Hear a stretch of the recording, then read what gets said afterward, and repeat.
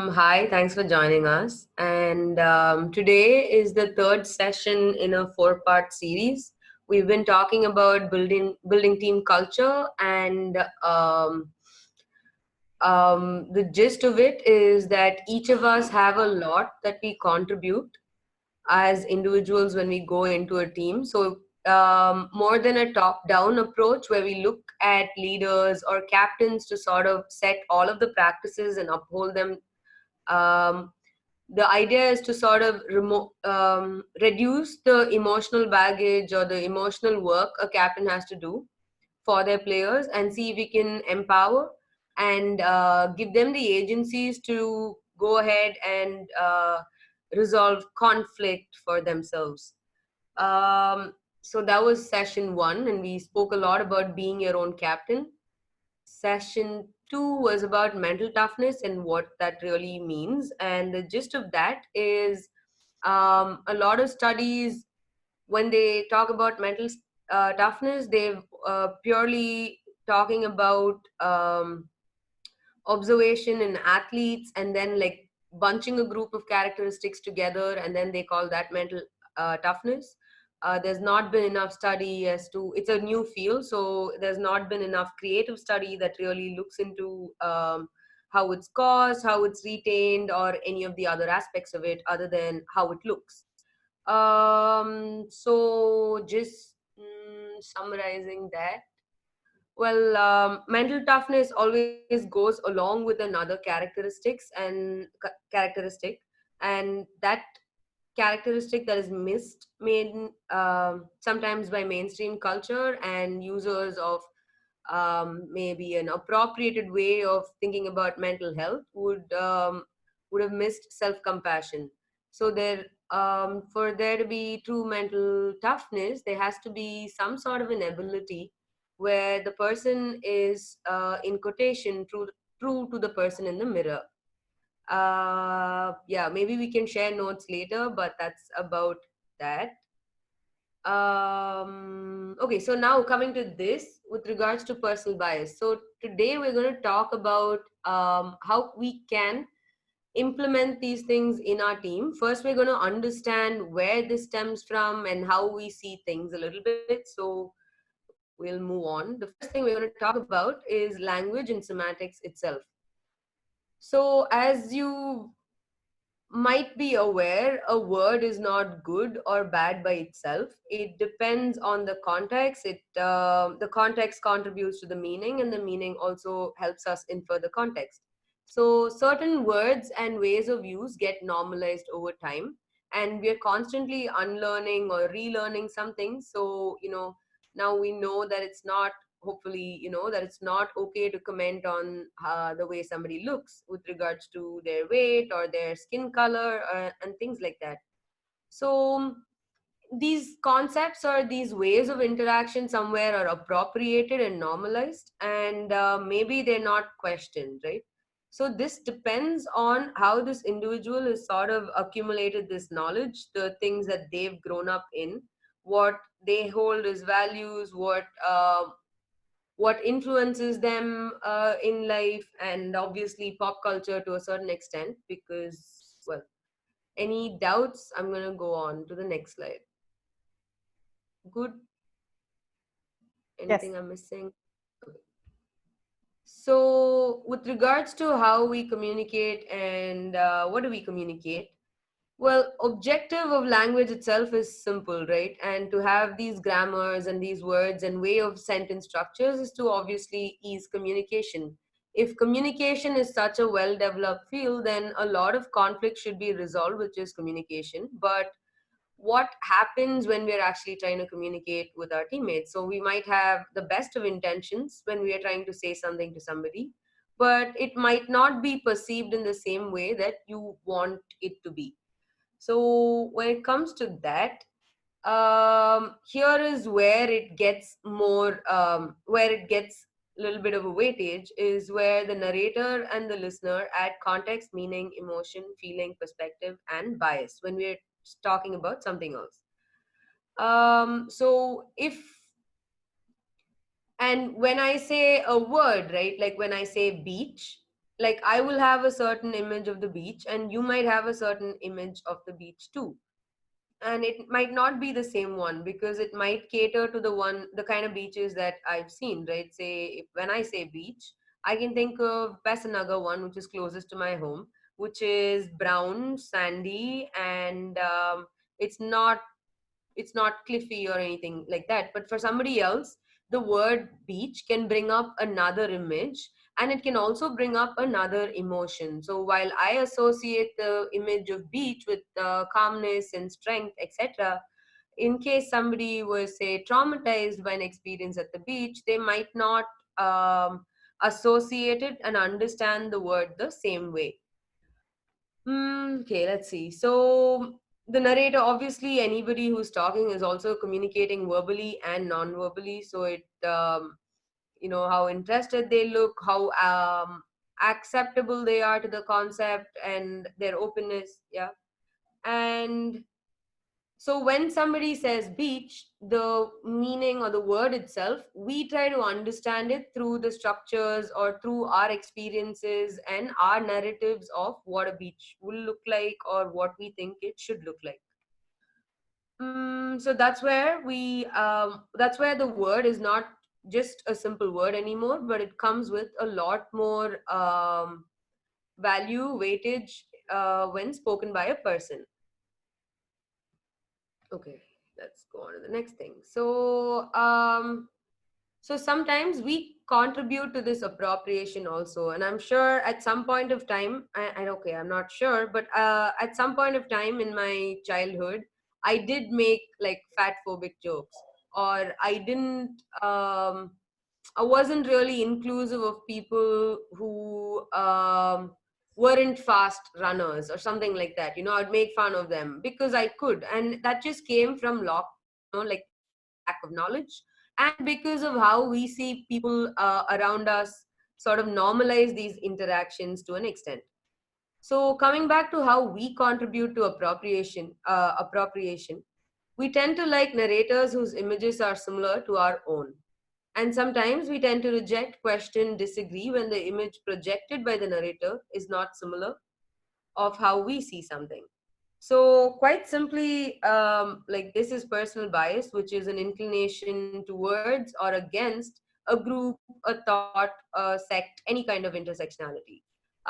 It's not, sorry, one sec. It's not good or bad, and there cannot be somebody who doesn't hold some sort of a personal bias. And like I said, that's a whole new conversation. If maybe there's a lot to learn there too, but it's not a good thing or a bad thing, but it's something that we need to account for and be aware about, especially when we're trying to create systems where we're trying to get more users to come in and feel empowered and have fun and things like that. So moving on, any questions, any comments? I had a question about the previous slide, the one Yeah. before this one. Actually, the one before this, I think. Yeah.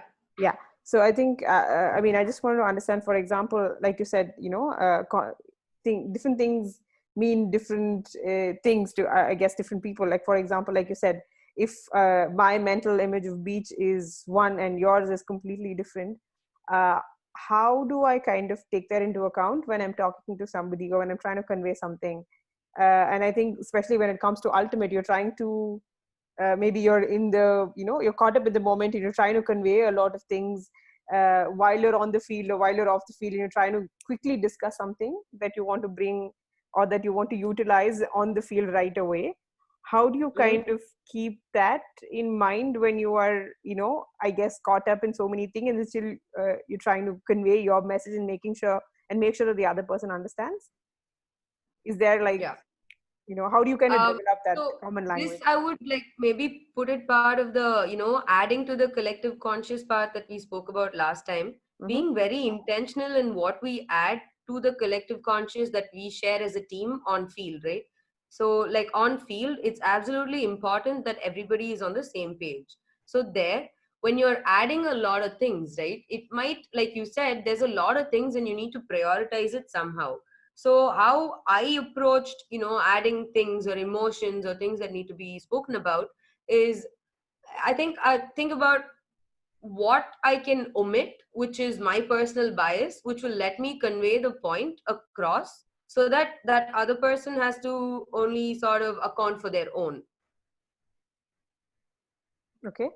So it's just more processing, taking more time, and then being intentional about what you add. Okay. So maybe it'll get answered in the rest of the things also. There's in the end, there is like a sort of a call to action on what we can do. Mm-hmm. So Cool. set up these practices. So yeah. Um, okay. So here, so we're going to go through some types of personal biases quickly. So there's affinity, which is, yeah, I like this person, I don't like this person, so I'm gonna agree with them. I've known them for this long. There's also ageism, somewhere we are conditioned to listen to older people or show more respect to older folks, which is not a bad thing, but we can show that to everyone. There is attribution bias, which is I'll come back to that one. We have beauty, which is we judge people on how they look, and when they look a certain way, all these fairness creams, for example. We have confirmation, which is I will only listen to things that confirm my idea and ideology of values or world vision or opinion. Conformity is when I want to be part of the majority, and therefore I'm okay sort of subduing myself or pitching in with the majority so that we can, so that I can, that's where, well, that's my bias and that's where I want to be. The contrast effect bias is maybe a little bit more specific, is when you have, like, say, two options, and you start looking at only those two options in comparison, and not maybe taking a step back and looking at the whole holistic picture as to, hey, do we even need these options to start in the first place? um well, gender I'm not going to talk about because it's obvious.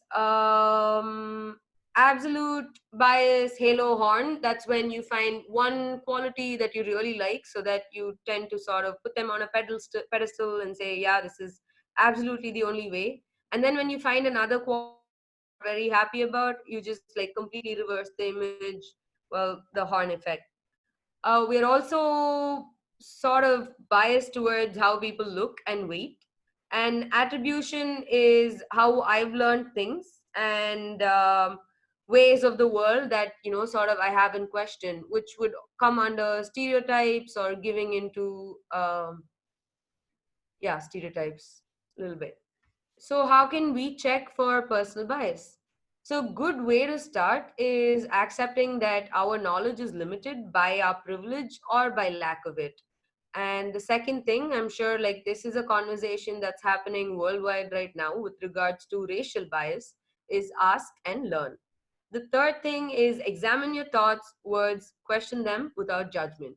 Because any sort of, so I mean, this is a sort of self activism that you are indulging in for yourself, for your team, so that you are intentional and contributing uh, in in a sustainable, like you're contributing nurturing things to your collective conscious. So yeah, the fourth thing is holding yourself accountable with self compassion. And as people who've grown up in, in this society, to an extent all of us are products of the system, and which is not a good thing or a bad thing, but again, being accountable for it and saying, yeah, this is my limitation or this is my perspective, can I listen to other perspectives? And coming down to it, we should be really good at this, because to an extent we sort of practice this on the field with regards to rules, knowledge, and use.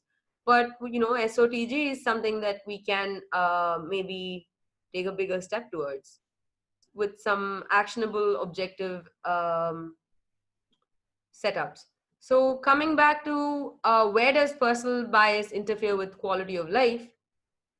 Well, if we are, if we all images that we see are our ways of seeing it, and that is it's basically, well, it's your perspective, and if you don't sort of question your perspective for yourself, for the subconscious like sort of influences or the conscious influences that you are allowing, then it might sort of be, it might be reflected in the way you perceive things, in your attitude, in your behavior towards people, in your ability to pay attention to a certain sect, in your listening skills, and in how much empathy you show somebody.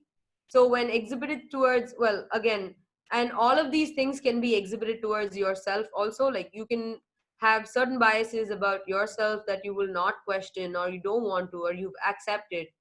And so I know this is a bunch of like psychology terms to say perception, attitude, behavior, attention, but these are the ways in which your personal bias can get exhibited to the outside world or even to yourself. How much empathy you show yourself can also sometimes be influenced by personal bias. So what power do I have over this? So this, well, it comes down to, well, and we're talking about specific things here, right? Like, well, words have a lot of power, and that we know. So when we use certain words in our practices, in our teams, it's it's sort of necessary for us to sort of like be that filter for ourselves first and say, is this really necessary for me to add? So the first thing we need to do is understand the context, the event, and understand whether this is the meaning that I want to convey. So I might be very like, we can maybe discuss an example where, say, I'm unhappy with my teammate for having made a certain spirit decision. So first I need to check myself for starting by saying, hey, where, like, why am I so unhappy? Like, or what emotion am I adding to this? Yes, I'm unhappy, but is there a way in which I can tell them just the content of this so that they don't have to carry my unhappiness? Because whether I like it or not, this is what has happened. It's one thing to say, you did this and this made me feel this way, and it's another thing to say, hey, maybe this can be done another way. Both situations you're conveying sort of what you want, but in the second one you're leaving your emotion out of it so that somebody else doesn't have to process it. So my emotion where I felt very strongly about this teammate could have come from the way I approach ultimate or how I want to play it. And when that sort of clashes with my, say, value judgment or my moral judgment on what needs to be done, and that comes with a lot of absolutes, right? What needs to be done, what should happen. um, so when it comes with those things, then it gets harder for another person to process if your values and your goals and all of those things and your language itself is not aligned. So I can say, yeah, this is how I play it, but maybe this, like, not everybody has to play it this way, right? And my anger is coming from how I think I need to play ultimate or how I think my friend needs to play ultimate.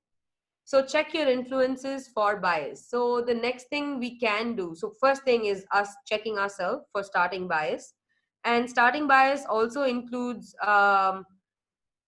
well, social privileges, educational privileges, and mental privileges, right? To be able to say, hey, this is the sort of understanding we've come to with regards to what, one sec, I have a chat. Yes, it will be recorded. Bye. Hi, Yudi. I will share that with everybody later via email. Yeah. I'm going to take a quick water break. Sure.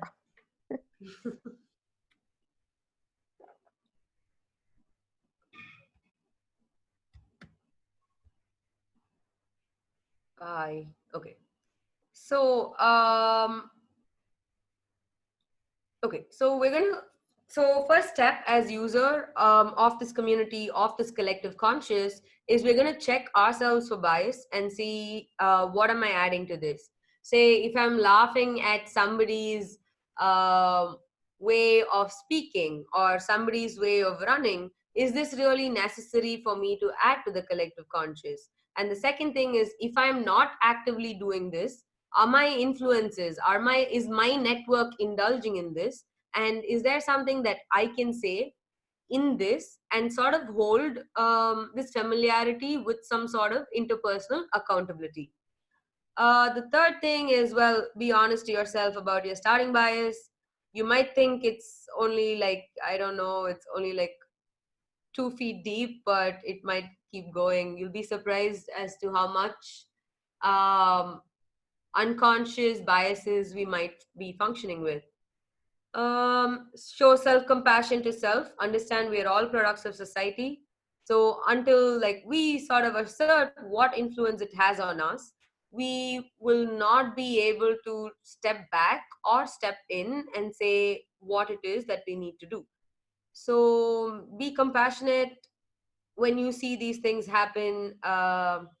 Step five, help redefine blurred lines. So if you see somebody who's constantly bullied or made fun of, but they're okay with it because like it's all in good jest.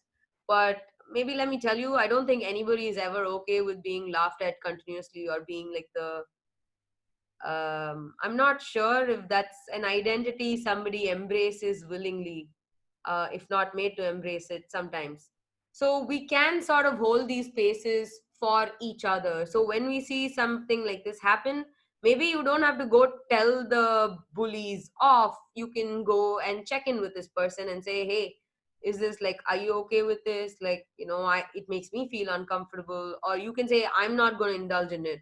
So, for example, like we had a nickname for a teammate, and it was just normalized. It was okay to sort of keep saying it and like make fun of, a certain thing that she was dealing with. And yeah, it was funny when it was in full effect, right? But like not indulging in it or taking that extra step to say, hey, by sort of calling her with this nickname that is sort of related to this issue that she is sort of conflict that she is trying to deal with, I'm not maybe being the kindest person to her by constantly reminding her of it and making fun of her for her dysfunctionality in that aspect. So step six is help reframe and hold yourself accountable. So, and well, may the force be with you, because you can't lie to yourself and only you would know how honest yourself how honest you are to yourself.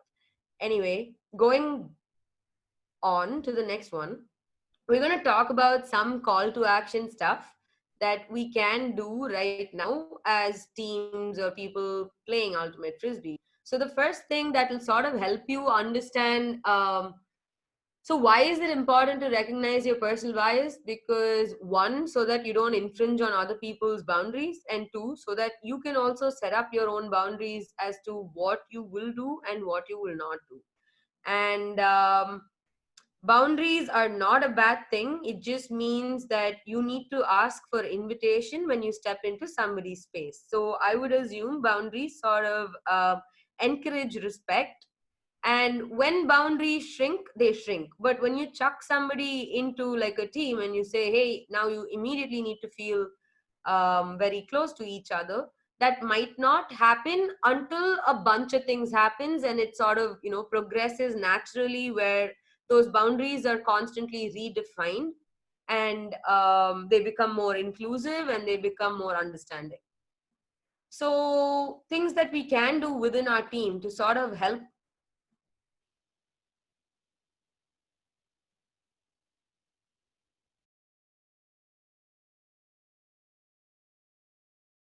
as a team, we can focus a little bit more on athlete literacy. Can you guys hear me? It says my internet connection is unstable. No, we lost you there for a second. Now it's back on. Okay.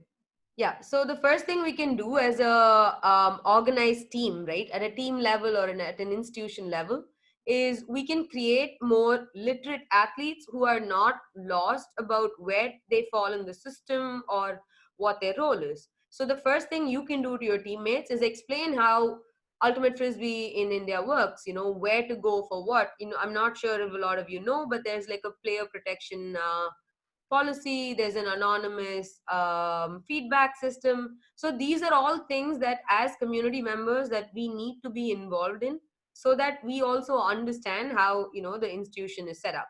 And as people who are introducing new members to the community, this is something we need to explain, just like how, you have history and civics, right, where you study judiciary and the Supreme Court and how all of these various functions work. Similarly, we need to tell them what is the organizational structure of the sport that they are playing right now.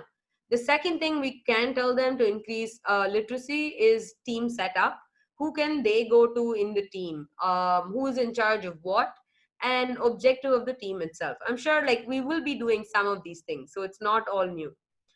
The second thing is their individual role in the team, and the roles and the team's role with regards to them. The next thing we can, like, this is again sort of a reiteration where we talk about hegemonic systems and conflict resolution practices. So we say, hey, at this level of conflict, this level of resolution is available, or like these are the resources, or these are the things that you can reach out to. Give them access to player skill development resources, so like point them in the right direction as to what they can what they can read, how they can improve their skills, and even how they can use their own platform to talk about the sport and why the sport does whatever it does for them. So it's sort of like a space where you can maybe help this person who's also an athlete bring that voice out and help them, like, give them the agency to express themselves. And then, very important, what is the fundamental rights of an athlete in a team or an organization?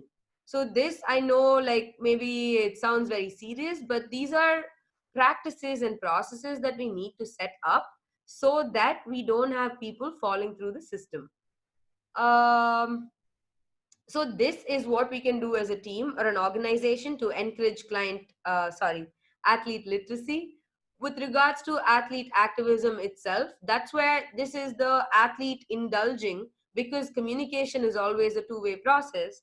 This is where the athlete is indulging in being more vocal and in expressing themselves without shame or guilt, or without those personal biases where they feel the need to conform, or because of affinity, etc., etc.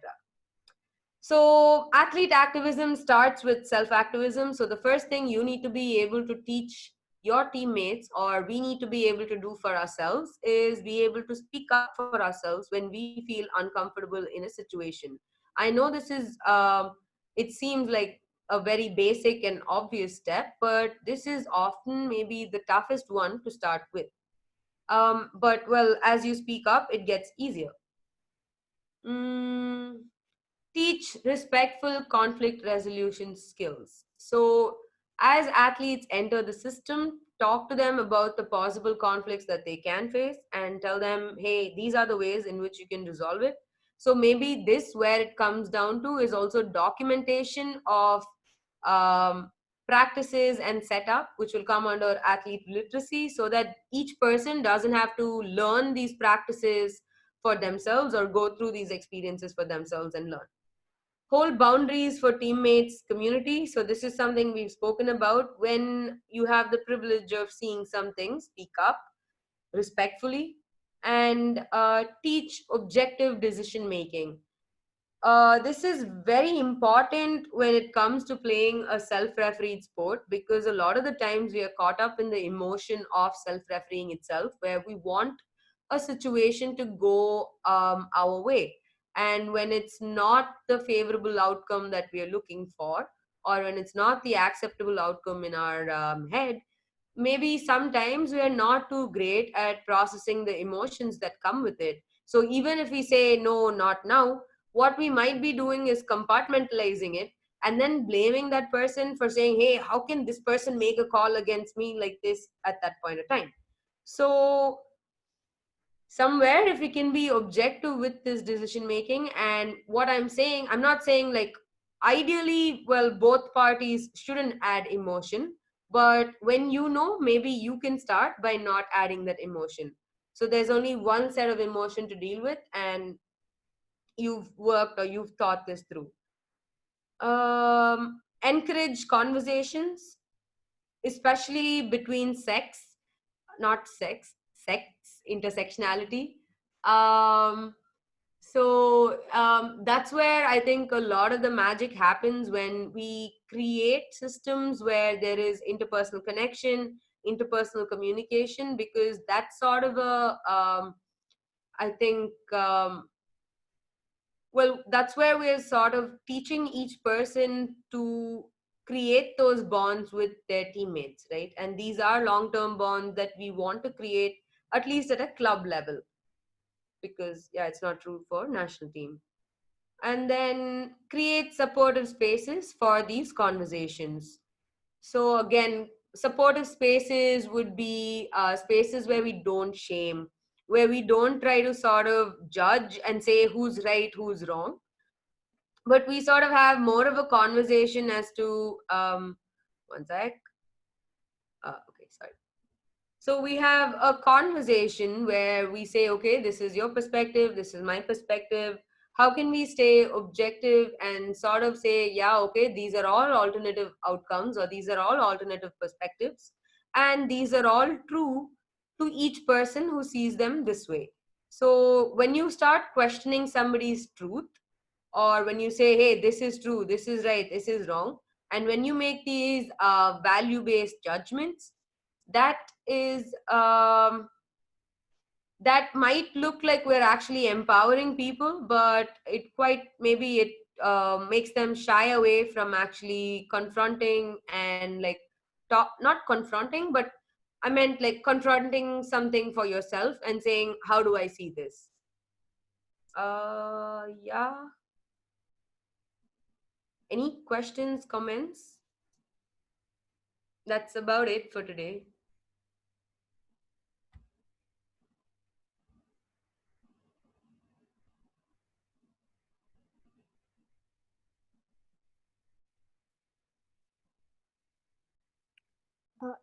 Sangi, can we have the last screen back on?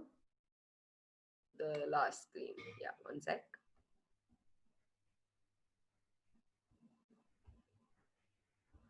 Hmm. Oh.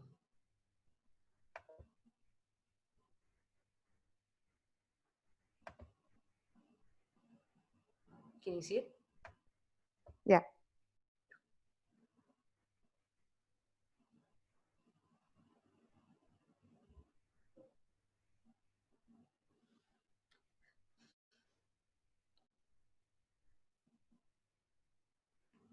Any questions, comments? Hi. Yeah. Hi, Uh, Nandini. in the activism part, you've mentioned something. You've mentioned this thing about encouraging conversations between like intersectional. Mm-hmm. Uh, you give an example of how that could be done or facilitated? Okay. So, for example, I know we speak about creating, let's take gender, right? Because that's something that's been spoken, like it's been sort of examined a lot. So within Ultimate itself, we're talking about creating equal playing spaces, correct? And there we say, okay, so ways in which we are going to be inclusive is we're not going to call it man to man anymore. We're going to call it person to person. And then we're going to say we're not going to like sort of say you run like a girl, make comments about things like that, where you say, oh, you got deed by a girl. But this is also some things that's quite commonly heard on the frisbee field. So first step itself would be that. But what we can do is, instead of just stopping our activism, where we say, okay, we're going to only deal with this as athletes or as what we can do on the field, maybe a more encouraging or a more open two-way communication can be where women and men can share their experience of gender.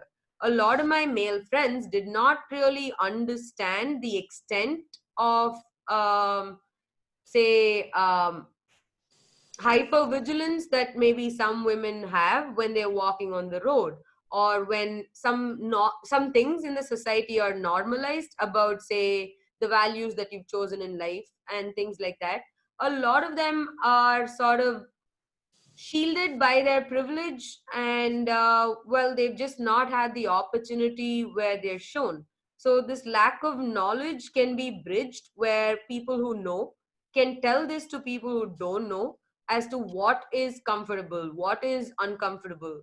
And just because you're a teammate, you doesn't mean everything goes right. So there are this gives us an opportunity where we can set up these processes through learning from outside world. So if we can share this learning, maybe we can come up with solutions that are more two-way than just women saying these three four things are the things that you need to do for me to feel included. Yeah. Sangi, I have a question. This is something that I've actually discussed quite a bit with some of the teammates, and I think every time I don't think we've actually reached a conclusion or understanding, or like, you know, managed to kind of decide saying, okay, you know, we're all okay with this. So I think especially when you were talking about the gender thing and how we are now moving to, you know, we have stopped, or we don't want to say man to man, and now we are going to, you know, we want to continue and say person to person, right? Mhm. So I feel, I mean, what I've been questioned about quite a few times is that how do you see that make a difference? Like, you know, this is a terminology Correct. change. Exactly. It's Yes, not making a difference because it's exactly. not internalized. It becomes another rule somebody is imposing on them, Yeah. and they feel like they don't even contribute to this inequity in the first place because, Mhm. hey, I didn't do anything. I'm Hmm. a decent person. So how do you think, or rather, I want to understand your what do you say, opinion on how this decision is expected to actually have an effect. uh, you know, why is this change made, and what could be the intent, or now that change Yeah, is being made, how could we kind of make that more of an actionable solution? correct. So that's where, like, it's a two-part thing, right? One, the word itself holds a lot of power, which is why we are examining the words that we use. When you say man to man, I mean, you are normalizing which gender is playing ultimate frisbee, and you're normalizing it in a systemic, structural way where it's okay to say man to man when you're calling strategy, whereas you are playing a mixed gender game. So that, with just the word itself, well, it contradicts, right? So that's why we're trying to give the power, like, it's a two-way thing where you're trying to challenge the terminologies that have gotten normalized to an extent. And because now we're questioning somebody's habits, people will feel a little bit like, like we are sort of catching them, or like we are out to get them, or, Like they're being this is policed. so, yeah, like this is so small, like what, aren't there bigger problems to solve, like is this the biggest thing? But like that's the thing, right? Like until it's internalized, saying, yeah, I am sort of contributing. Like if a young kid of say 6, 10, where they're still like sort of developing these things of gender, when they hear man to man, yeah, they are going to think this is man to man, right? Remove all of these things, what the word means is, well, man to man, which is not inclusive of genders that play ultimate. So that's why I guess this whole thing of setting up a conversation, right? What's really worked is, from instead of taking this top down approach of where we go and say, this is what we need to do, these conversations or spaces are where we can say, hey, this is what we propose. What is your opinion of it? Are you saying yes or no? We are going to go with person to person. Is this fine or is this not fine? And then that creates a space for conversation where women, uh, and here's the thing, women need the agency, need to develop the agency to be able to express themselves in a situation where something makes them uncomfortable.